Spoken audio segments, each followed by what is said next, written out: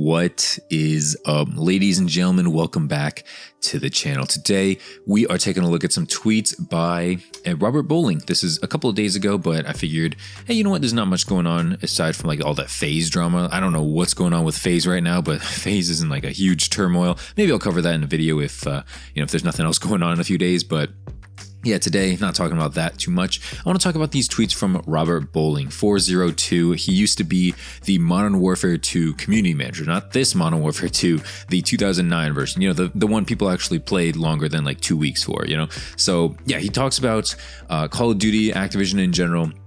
And it's pretty juicy stuff. His first tweet got over 460,000 views on Twitter and like over 4,000 likes. So a lot of people saw this. You have to think that Activision and some higher ups there saw it as well. So I want to cover it, give my thoughts on it, put my 2 cents in, and hopefully enjoy the gameplay in the background. It is just some shoot the ship gameplay. I think it's just on Shoot House this time. And yeah, we'll see how it goes. If you enjoy the video at any point, make sure to leave a like, subscribe if you're new. We are on our way to, I want to say 9,200 subscribers. I'm still trying to hit that 10K, hopefully by the end of the year. I think I will be picking it up with the videos, even if they're shorter, even if they're about less interesting topics per se. I do want to pick it up with the videos because I do want to hit 10K, and growth has been a little slow recently, so I do want to just step it up and put out more content. So make sure to subscribe. Anyway, with all that nonsense out of the way, let's get into the tweet. So he talks first off, he says there is a divide happening in the game industry right now. Those who see the value in empowering your community to take your game, mod it, augment it, rebuild it, create something new out of it, and those who cease and desist. I'm just going to stop it right there first. So obviously he's talking about like when Activision cease and desisted SM2. This is like my third time talking about this, but SM2, it's like fan-made project. Modern Warfare 2 was like the base or something, and then they just wanted to put in like a bunch of other maps from like Treyarch and Sledgehammer, tons of different guns and stuff like that. So yeah, hopefully you heard of it. Unfortunately, it's not going to be coming out. They have been issued a cease and desist, and so the SM2 developers basically have to stop whatever they're doing, stop development, stop production, and they just can't proceed on with their game anymore. And that's what he's kind of making fun of here. Robert Bowling, obviously passionate about gaming. I think he's developing a new game. It's called Dead Drop. I think we'll talk about it later in a tweet. Yeah, he obviously is really big into shooters and the whole genre and just having people like experiment with things. I think this is one of his big things in Modern Warfare 2 especially, and I guess Modern Warfare 3 is just a lot of customization in those games. I think if you notice a lot of those games, like I know a lot of these games now have like Gunsmith and stuff like that, but for instance, perks are very set, very stationary.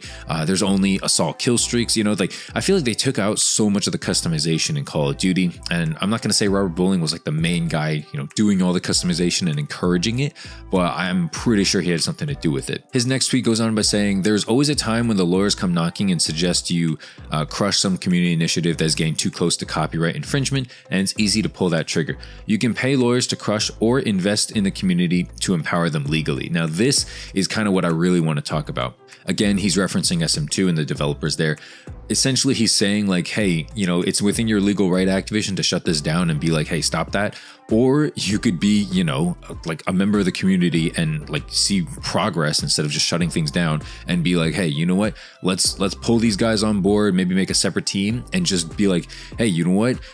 Can you play test this for us? Can you work on this? Do you think this map is okay? Like, just treat them as like a support group. They obviously have passion. They obviously care about what they do, and they obviously know what they're doing if they care enough to basically make a game from scratch. They're basically just modding the game, and this isn't like a real company or anything like that. These are literally just like dudes at home, like you and me, just on Discord. Instead of playing the game, they're just building a game. You know what I mean? Like it's crazy how much potential this like potential project had, and just how quickly Activision shut it down. They just wasted so much of their time. I think it was 2 years of like dev time being spent into this, just completely shut down, and this whole mod is just shut down. It's really sad. And his point is basically, hey, you know what? You're paying people to shut it down, or you can pay them to just like make something better out of your product. I get kind of where they might not want to invest in that. Like, okay, maybe you don't want to bring so many people on board, maybe times are tough. hard to believe at Activision, seeing as how, money hungry they are, but okay. Anyway, like, you don't even have to pay them that much. And maybe, honestly, maybe some of them even work for free. Maybe some of them like care that much about the project that they're just like, I want to do that. Again, I don't know. I could just be dreaming. This could be just a fake scenario, but that's kind of my thought process, right? It's like, what's the harm in asking? What's the harm in just like trying this? Maybe it's completely unsuccessful. Maybe you make a separate Call of Duty game, or maybe you have them work on DLC. Like, there's so many possibilities, like I feel like, you have 3,000 developers per se, and what we're getting like one map per season. Like, is this intentional? Like, is it just because you're lacking time, lacking creativity? Like, just hire these dudes. You know what I mean? Hire people who have a vision. Like, why not hire people who actually care about the game itself? It's just kind of wild to me how like just scumbag Activision is. Like, you know what I mean? Like, I get it. It's in their legal right. They don't have to do this, but the alternative is just so, I don't want to say rude. I mean, we're business people at the end of the day, but it's just so like shutting down of progress. You know what I mean? Like, what if these guys had like something genius idea that would have made Activision like so much more money? They didn't want to hear it.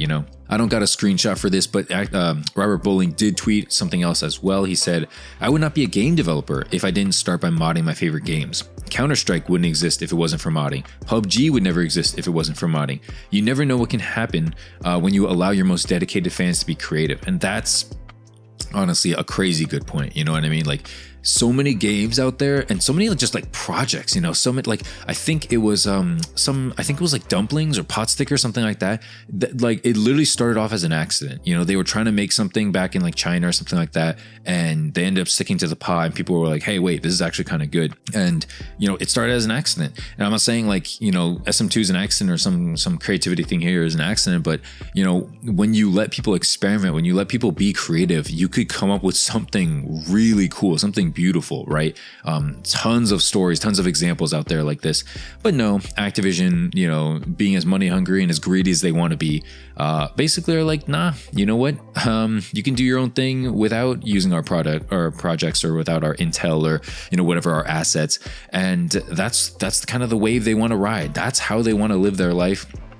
It's just protecting their own intellectual property, not sharing, not hiring, not developing, just, shutting down projects and then forcing us to play, the current Call of Duties, which, I mean, you guys know, aren't exactly the most fun. Isn't exactly getting me out of bed every morning super excited to play this game. So I don't know. I feel like they're going to feel the repercussions, right? They're going to feel the drawback, the negativity of people boycotting, people just not buying it because you shut down their game that they wanted. You're going to feel that, maybe not now, maybe not in 3 years, but you'll feel it at some point. The Call of Duty fan base will drop off, will fall out, and you're going to look back and wonder, Activision, maybe it was because of this. Maybe I should have been, less greedy for like 1 second, but whatever, man. Anyway, that's it for the video. Hopefully you enjoyed. Leave a like if you did, subscribe if you're new, and as always, I will be posting, I'll try to be posting much more. So thanks for watching, guys. I'll see you guys later. Peace.